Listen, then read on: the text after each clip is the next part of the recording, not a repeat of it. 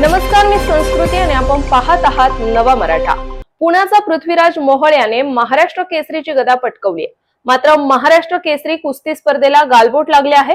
गादी विभागाच्या उपांत्य फेरीत नांदेडचा शिवराज राक्षे याचा पुण्याच्या पृथ्वीराज मोहोळने पराभव केल्यानंतर राक्षेने पंचांच्या निर्णयावर नाराजी व्यक्त करत त्यांना लात मारल्याचा धक्कादायक प्रकार घडला।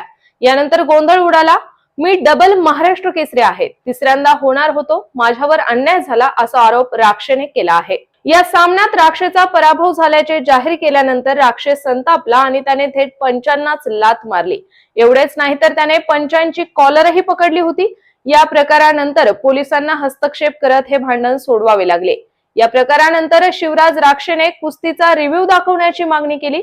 माझे खांदे आणि पाठ टेकलेली असेल तर मी स्वतःच कुस्ती सोडून बाहेर पडतो असं राक्षेने म्हटलं आहे। या प्रकरणात उपमुख्यमंत्री अजित पवार यांनीही हस्तक्षेप करण्याचा प्रयत्न केला। यावर काका पवार यांनी प्रतिक्रिया दिली आहे। दोन्ही मुले आमचीच आहे। पंचांनी जर निकाल चुकीचा दिला असेल तर राग येऊ शकतो। त्याचे वर्ष वाया गेले, वर्षभर तयारी केलेली असते, त्या रागातून असे घडू शकते। जर त्याचे खांदे टेकले नसतील आणि पाठ टेकली नसेल तर असे घडू शकते, असे ज्येष्ठ कुस्ती प्रशिक्षक काका पवार यांनी म्हटले आहे।